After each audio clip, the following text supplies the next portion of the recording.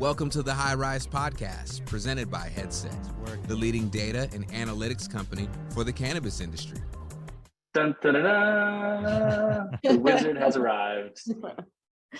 With the blink of an eye. Hi, everyone. Sai, thank you. That was a really interesting deep dive on the data of the industry. Well, I thank you, Emily. So I guess into that, from your perspective, I mean, with Poseidon, with everything going on and as an investor in the space, I don't know, what do you think about, the 2022 numbers, any sort of 2023 predictions, and like what you're excited about kind of going into next year?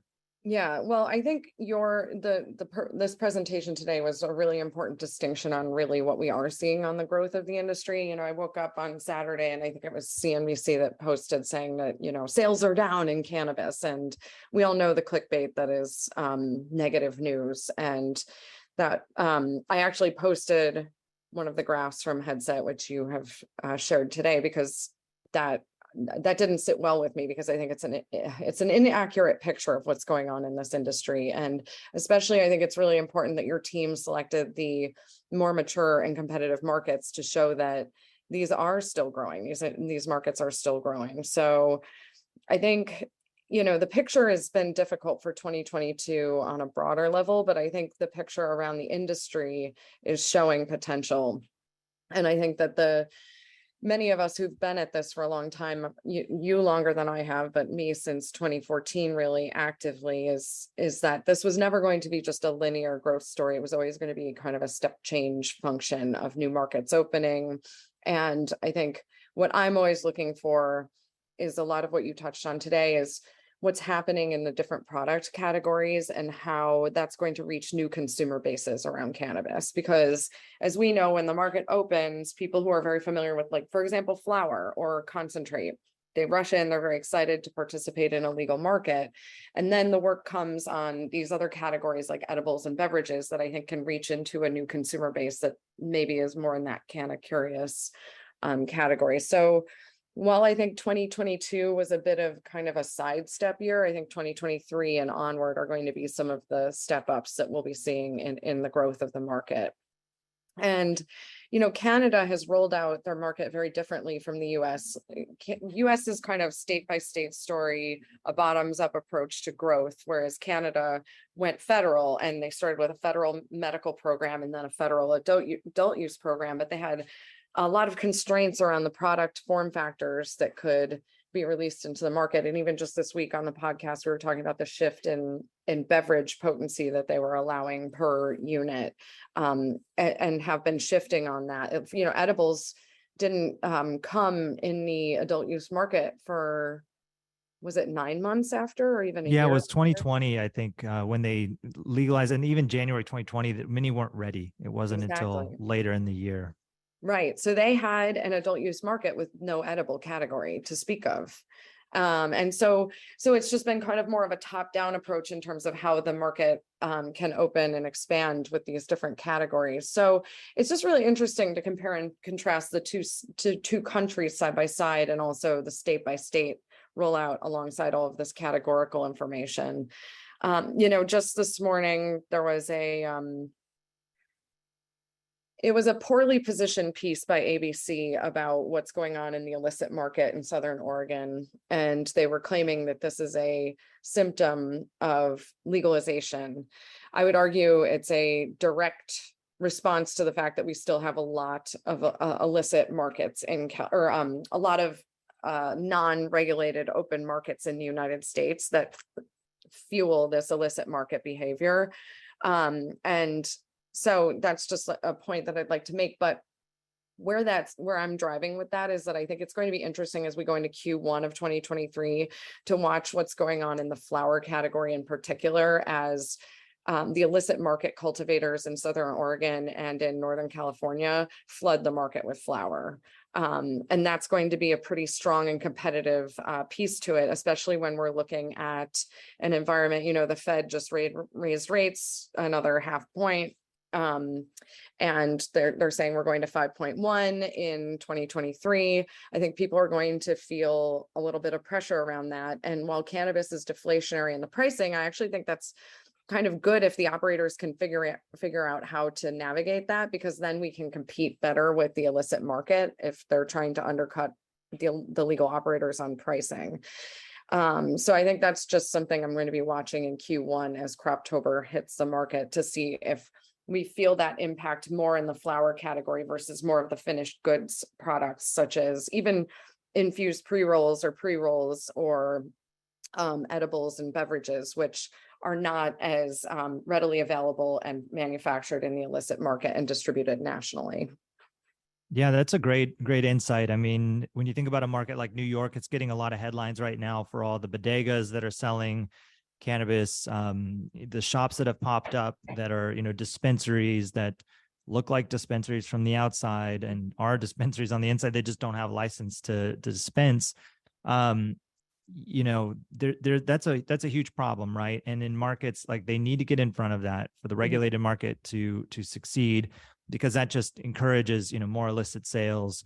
I know in California it can still be a problem too, even with some locations. Are they licensed? Are they not licensed? But that's a big piece. But then, once that's done and you have a world where, the only stores that exist are legal stores, there, of course, is the illicit market that's always existed in the background. But that world, it's harder to produce those finished goods. It's harder to make those branded edibles, branded beverages, or those infused pre-rolls. And if you get them, illicitly, and they're maybe, brought in from somewhere else, or however they're doing it, like, if that is the case, then they're going to be probably more expensive than what you can get in your local market. So right now, I know that the illicit market in New York, I hear headlines of brands from other states coming in, right, and getting sold there. Now, those brands are in New York. I have to imagine it'd be cheaper than the illicit market, right? There's no premium on the illegality of it, right? So hopefully that starts to shake it out. So it will be interesting to see that. I think it's reflected in that one slide too I had on edibles, on the edible growth, right? Which is really cool to see that maturity. And that will only get better with brand power. And that's something that's really hard to develop, in this category. And we talk about it all the time, particularly around marketing restrictions. When you think about, alcohol maybe as a parallel in some ways, they can market the hell out of it, right? Or just any product, some t-shirt brand or whatever. Like your brand is like a reflection of you, or like, that's why you gravitate towards those brands, in many ways. And if there's no marketing or positioning other than what's in the store, it can be hard, right, to identify with those. So I think as you get more of that too, as that starts to loosen up a little bit, then maybe that will accelerate the brand building, and then more of that market share going to some of these finished products. I think that that's an important distinction as we're heading more and more into the consideration of being a consumer product industry. When I think about other, analogs to this, coffee comes to mind as I'm having like my 7th cup today. But it's like, how do you don't sell unbranded beans, right? Like, the beans are almost like our flower analog in cannabis, and there's a certain quality and association of a brand behind that. So like, I think of like Cannabiotics, one of the top trending flower brands in California. They continuously hold a top 5 spot, and it's because they focus on quality, and their smaller batch reminds me of Ritual Coffee. And they stand behind a certain supply chain of their beans and how they roast them and how they distribute them. And so there's like values assigned to that, not just that it's a commodity anymore. And then when you think about how the margins are, they expand as you get along the finished goods end of that. Like, if you sell it as a beans in a bag, coffee, or flour in a jar, that's one thing. But if you sell it as an infused pre-roll, packaged and shareable and in mini formats, you're actually, I think your price focus of pricing per gram or pricing per milligram is really important, because this is how we can actually review what it looks like as we move along the finished goods spectrum to getting all the way to beverage, where, as you and I know, it's a small category, but a growing category. And there is more effort that goes into making a beverage all the way from start to finish than there is to putting flour in a jar. And there's a different brand ethos around that, as we've discussed with what these beverage companies are doing, which to me rings much more aspirational to what we've seen in other categories like wine and spirits, or even if you look at the beverage section in the supermarket, from everything from kombucha through to like the cane sugar sodas versus just Pepsi and Coke. I think it's a really interesting distinction. So I don't know. I think the way that your team is teasing apart the pricing aspect of this is going to get more and more relevant, as I do think more and more non-cannabis product companies and bev alc companies will be getting into the sector, and they'll be looking to understand that better. A good example of this is I've just heard that Bacardi Group has backed an investor to get more into the industry. And we know this has happened also with tobacco and other wine and spirits groups. So I think this will become more and more relevant as we go forward, especially in 2023. Yeah, and you touched on the pricing, the price compression piece, and I think you made a comment about how it'll force like operators to get more efficient there.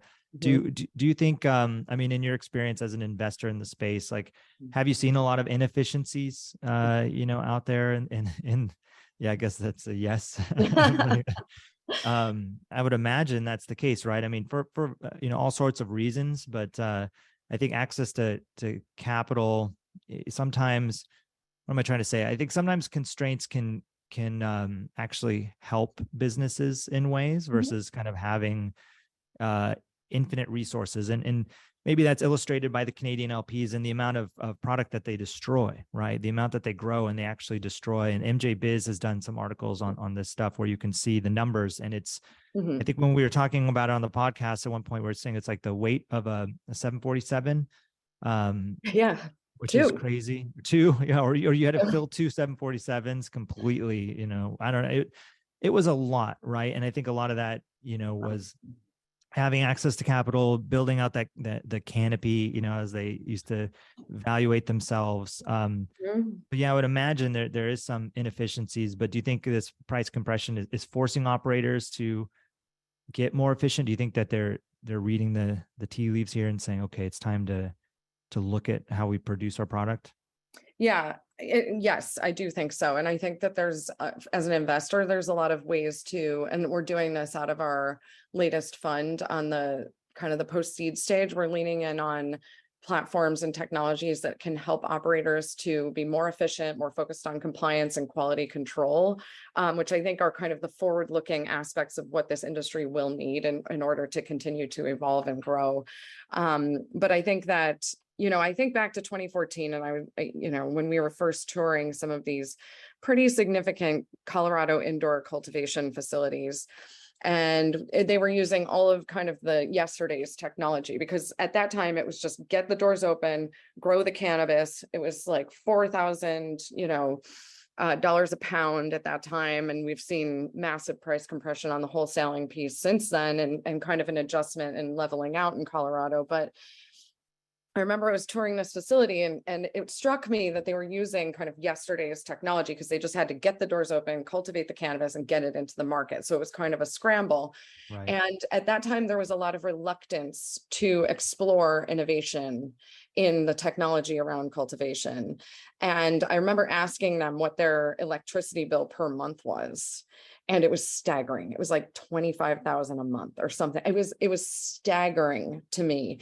But at that time, to your exact point, their margins were so juicy that they just didn't see into the future, or didn't feel motivated to see into the future for why it would matter to have more efficient lighting, have a better HVAC system, to have like Adaviv is like a tech platform that's helping with, looking at the cultivation and making sure it's optimized and that you're avoiding crop loss and things like that. So you have to get a lot smarter. And since I've worked with operating companies over the years, the cultivation piece of this is an Achilles heel to these businesses, because if you lose a crop to any number of things, I mean, it's a plant, it's a living being, and there's a number of ways that the plants can be disrupted, or the quality of the product can be disrupted. And so being able to get ahead of that is really critical. And I think where we are now in the industry is that we do need to be funding and fueling innovation that will help these operators to run more efficiently. A lot of people talk about interstate commerce, but we're a ways away from that, and the infrastructure is being built state by state. And so you do have to kind of focus on these siloed approaches to cultivation, or even at least still stick regionally.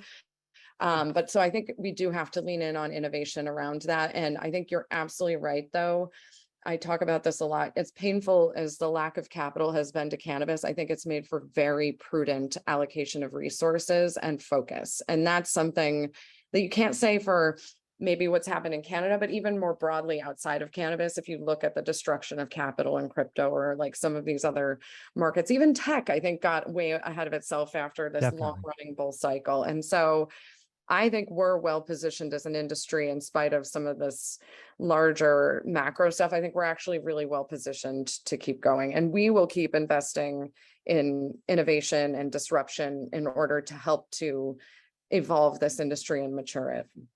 Yeah, well put. And I think that those organizations that can get in front of it and can build those efficiencies are really going to be set up for longer term success, because they're going to build good habits. They're going to know how to operate in constrained environments. And then when things do loosen up, whether, we see some federal change or just capital starts coming back into the category as more states open up, whatever it is, they're just going to be better prepared for that new future, right? And have those good operating procedures and practices. We saw the same thing when we started Headset back in 2015. Like innovation was a hard sell, right? It was like, look, you really need to be looking at the competitive landscape and trying to find, where innovation is going to come in for you and your products and your development. And a lot of the response at the time, depending on the market, was like, well, we make something and it sells, and it's like, no problem. There's nothing to it. It's like you put it on the shelf and it goes.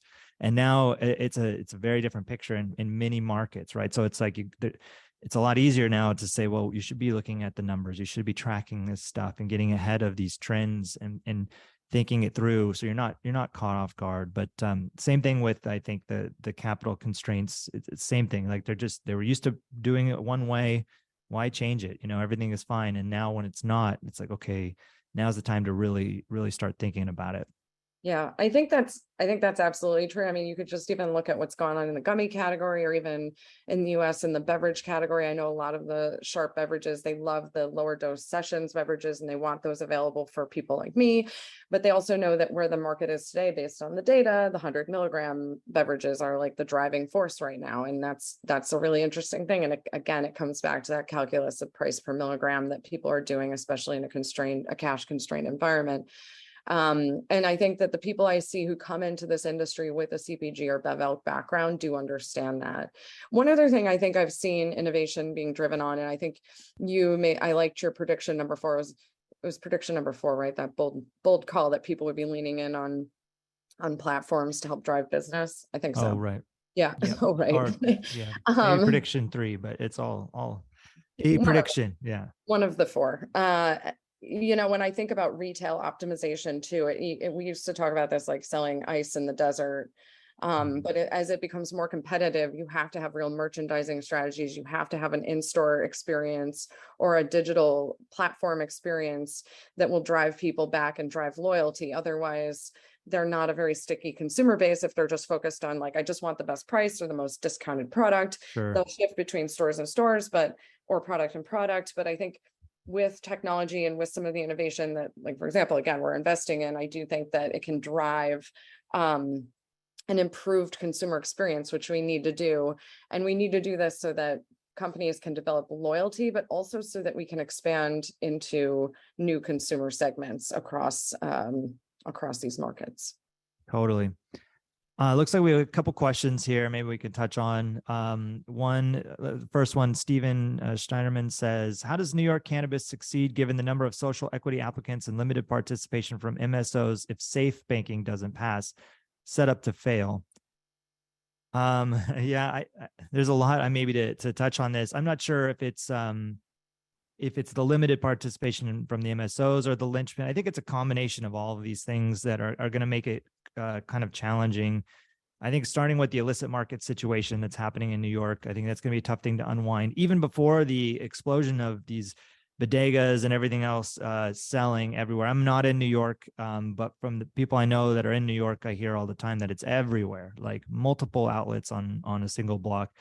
And that's a tough thing to unwind. And not to mention, like, you have a lot of the core consumers that are in like New York City, especially, have access to cannabis, have had access to cannabis for years with their delivery system, with all illicit, but so popular TV shows have been made about it, right? So it's that's a hard thing to unwind, and those behaviors are hard to unwind when you're just used to getting it, right? So I think that's going to be a challenge. I think the social equity piece, I don't know enough about it with like what these stores are going to look like. And Emily, I've talked about it. Like, are they going to be, cookie cutter stores that go to these social equity applicants? Because the state has some stake in them. They're mandating like software that you use. And it sounds like it's trying to be turnkey, which, in some ways might be good for an applicant because they don't have to go do that work. But now I think that the infrastructure is so well tread. It doesn't take a lot of research to know, like, okay, I got to find a point of sale. Okay, I need to find a data partner. Okay, this or that. Like, you can go find those things pretty easily to open a location. And often, these service providers have programs for social equity applicants to make it easier, right? Like at Headset, we give them, a lot of data to help level the playing field, right? And so I think New York's trying to do that on their behalf, but when you get government kind of involved that much, I don't know a good example of when that works. Like coming from California and like the DMV, that's my envisioning of what that experience will be like. But we'll see. I'm an optimist, and I want to believe that it'll go well. I will say what I'm excited about in New York is the proliferation of brands. I think the lack of vertical integration, while not ideal for organizations like MSOs or I mean, any large operator, I think they like the vertical integration from a revenue perspective. In Washington State, it's a state that has no vertical integration, and there are a lot of brands here. And Washington's a small state, right? So I think in New York, we're going to see a lot of brands, and Washington, New York's well known for brand building, right? It's like the state that does most of it, and so I think that there's really some cool brands that are going to come out of New York. Now, is the market, it's going to struggle. I think we're going to read a lot about New York in 2023. I think it's going to capture a lot of frustration, a lot of mind share, but I think seems like they're trying to do the right thing and trying to, solve for some of the harms of prohibition with some of these programs. But, sometimes those things aren't in line with, successful capitalist practices. Like it's just it's a tricky tightrope to walk, right? So I don't know. It's my kind of non-answer. I guess I'm excited about it. If I was an MSO, maybe I wouldn't be excited about it as much. But me from the sidelines here, me from knowing that I'm going to be able to help a lot of brands, build up and be successful, that's exciting to me. Maybe the thing that's kind of frustrating is how long it's taken for New York to get here. What do you think, Emily? I think you said it all. Okay. No, I mean, I want New York to be a success. I don't want to have to see the same movie that I saw play out in California. They just fined Cushy Punch like $150 million here in California, which, by the way, they will never pay. But, it was a heavy and deep fine for illicit market gummies, I believe this time. But if anyone, the Hurt Locker we went through back in 2019, that was the illicit vape-driven vape gate situation. Cushy Punch was right in the crosshairs of that too.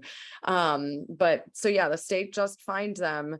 We've been open for years. The illicit market has been thriving and strong. The operators paying to run their businesses legally have done so, in having to compete against these other operators that don't pay taxes, fees, or anything, or even get their product tested. So it's an unfair playing field, and we've seen it play out before. It doesn't bode well for legal and regulated operators. So I just wish that I appreciate the focus on social equity. I think it is a critically important aspect of rolling out these markets, but I would like the social equity operators to be able to compete in a legal and regulated market, not against illicit operators. And I think that's an unfair playing field. And, I do think they should just start finding these shops that are selling God knows what, because it's untested. The things I saw in those shops that I bought and looked at and smelled, it was whatever it was not good. And I think that it's not good for the consumer.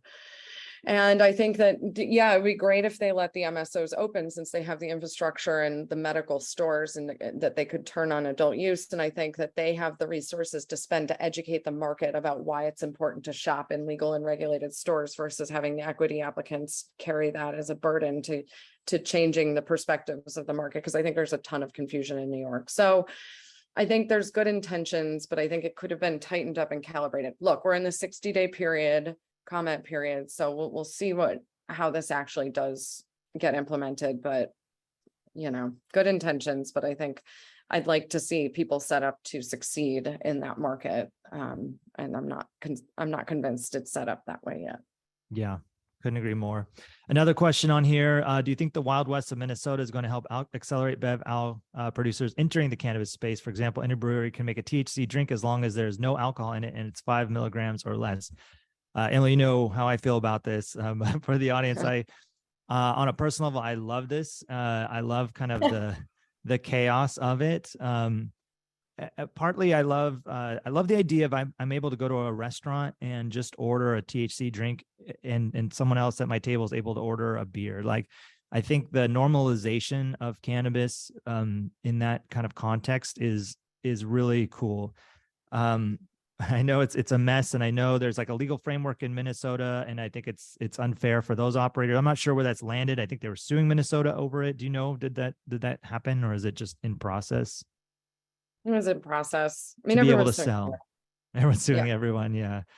But I don't know if it necessarily encourages maybe large scale Bev Alc to get involved, but all the microbrews and craft brewers seem to be getting, maybe not all, but many do seem to be getting involved. And there's some really cool brands. There was a brand that you mentioned to me, Emily. Do you recall?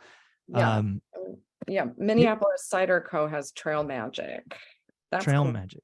Mm-hmm. Yeah, and the can, I mean, it looks cool. Yeah, and from a normalization perspective, like I do think bringing more people into the category is a huge thing we need to do, and not just the core consumer. And I think the new people coming into the category, no experience in cannabis. Flower is a hard product for them, right? You buy this plant matter and you have to like grind it up and you have to figure out how to consume it.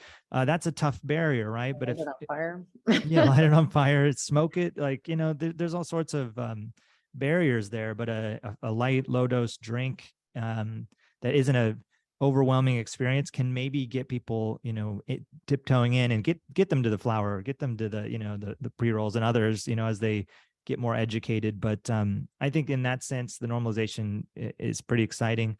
I think that I don't think it'll have a big impact on the big picture. I just like it because it's kind of this out of left field, something new, something interesting, and frankly, just unexpected. Like I, if you asked me if something like this would happen, I would say no. There's no chance anything like this would happen. And here it is in a pretty big market. I mean, Minneapolis has a lot of people, right? Minnesota in general, but Minneapolis, where a lot of this is happening, is a lot of people. So hopefully it helps change the conversation and accelerates things. That's all I can hope for. Yeah. I think it's further evidence that people want cannabis and that the regulators just need to figure out how to get it safely into the hands of the consumers and not overcomplicate it. And so I think Minneapolis and Minnesota are just kind of going for it. And I actually spoke to one of the founders of Minneapolis Cider Co. And I mean, it makes a lot of sense. You take apples, you get cider. You take cannabis, you get a beverage. It's like they're all derivative products of a plant. And so I think he's doing it. I like the way he's doing it. It reminds me of like Eric at Spark in California. Like he invited the mayor to come and try the beverage and see what they were doing at their company. And I thought that I always love that when people aren't afraid, but instead inviting so that they can educate the lawmakers or the people who are the local officials. So pretty remove some of that stigma. It's not a scary product, right? It doesn't have to be. We're not trying to hide. We're not being nefarious about it. We think there should be something for everyone. Yeah, and that's different than California experience. Like I know Hirsch Jane and Jesse Redmond are doing an interview today, and I think they're talking about the cannabis deserts in California. And one of the things they called out was like Orange County, California, where I'm from, and most of the dispensaries, the retailers there are in these like industrial areas, right? So it's like that's the experience. You have to drive into these industrial areas on like a Saturday. They're total ghost towns. No one's around, way out of your way, kind of like walking into a warehouse type area to get your cannabis, versus you're in Minnesota and you can just walk, you're going to have dinner on a Saturday night and you can order a drink. It's just like the barrier is so much lower. You don't have to really go out of your way to introduce people to the category. So, and all those reasons, I think it's pretty exciting. Couple more quick ones, and maybe we can wrap it up here. What new digital customer experience differentiators have you seen that you believe can drive higher conversion and loyalty? Good question. I mean, from our perspective, I'd say one thing that we do is we encourage retailers to leverage analytics. We do a pretty cool thing here at Headset, specifically for customer engagement around segmentation. So we help operators segment their customers by what's called an RFM framework, which is, it just stands for recency, frequency, and monetary value. And it's a way to bucket your customers in groups of like loyal customers, champion customers, types of customers that may, encourage others to come to the store, about to churn customers. So customers that maybe, are frequent shoppers, but are going to, based on patterns we see, might look like they're not coming back. And one way you can use these segmentations is with messaging and being able to reach out to these specific audiences with specific campaigns, right? Mm-hmm. So if you have a segment of customers that are on the bubble, or maybe haven't come back in at the frequency that other loyal customers have come in, and if you can reach them and get them in that store one more time, they'll move into that champion, they'll move into that loyalist. Send them a great text message, saying as much, giving them a unique promotion, I think is really important. Another thing is just from an analytics perspective on the types of promotions that you do run, just being mindful of that. The blanket promotions of like the Munchie Mondays and stuff aren't necessarily ideal. Look at overstock products, slow moving products, kind of look at products that you can put on promotion. And when you promote them, don't like discount them, but spotlight them, talk about, hey, this is a new, or this brand we want you to try and we're discounting it. But really it's still a discount. It's just how you position it, right? Because you don't want to look like a discount retailer, just kind of drive the bottom. So you can be smart about that too. So I think those things are just a couple aspects.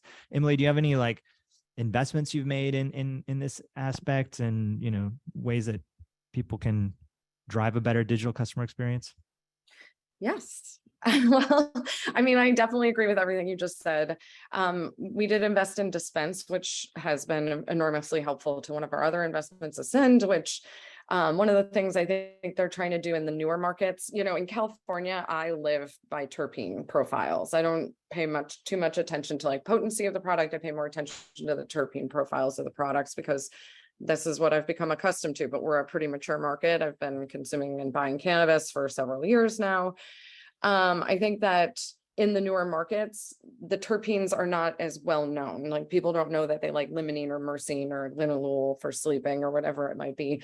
But so like Dispense categorizes products as one of the shopping experiences with their platform by effects. So you can kind of cluster products and group products and merchandise them digitally through the effects-based experience. And I think that's really important. I also agree with you about the messaging to try to get people back into the store, because that is what more sophisticated and developed industries will do. It's not just here's a discount on a discount on a discount. It's I know you buy this type of product, we're having more, or there's a new flavor, or there's a holiday, like we talked about this week on the podcast, there's a holiday, gummy or whatever it might be, so that you can have another prompt to get back into the door. And so like Happy Cabbage does a really good job at that. And I think that that's where we're heading as a market. And that's how we talk about the Pareto principle all the time, like the consumers who purchase the most and they'll keep purchasing, right? But then there's like the people like me who are a lower dose consumer, and just any way to draw me back to remind me like, oh, I'm low on this product because I bought it over a certain period of time ago, or there's a new one to experience and try out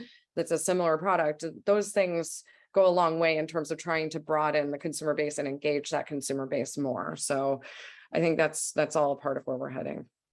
Totally. Last question on here from Jim Miller. Is there any way to understand the number of retailers that have come into territories while also seeing the revenue performance by market? Looking for the increases in retailers, saturation, and how much impact that might have to retail revenue performance. So yeah, absolutely. I would say most markets will publish license lists, so you can see a number of stores. The tricky thing with it's state by state, and the way they publish it, sometimes it's not particularly clear if those are like license holders or if those stores are open. But it's still like a good proxy, right? Because they may list like license holders, but they're not operational yet. But it's still like a good proxy for total number. And then, Headset, we publish data.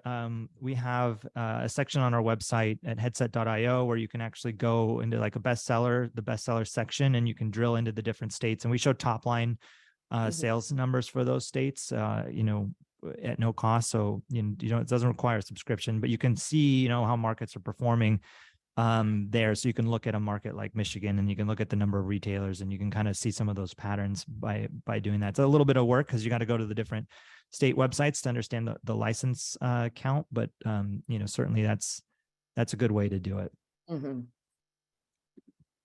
Cool. Well, I think that's it. Anything else that we need to touch on, Emily?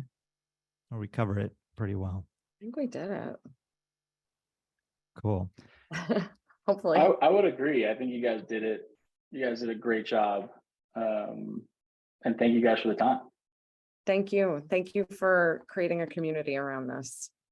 Absolutely. Yeah. Well, excited to see you at a Trailblazers event in the near term future here. Totally. Well, wishing everyone a happy holidays and a prosperous 2023. And I'll leave it with let's focus on what's good versus what's bad, and what you focus on grows. And so, focus on spending time with your loved ones, keep fighting the business, and let's keep pushing the political agenda forward. And hopefully Save Plus will get passed one day. One day. Reschedule. Right. Absolutely. On. Well, thanks for having us, and thanks everybody for participating. Agreed. All righty. Much love. Thanks, everyone. And we'll see you. Thanks for listening to the High Rise Podcast, presented by Headset. For more information on Headset, visit headset.io.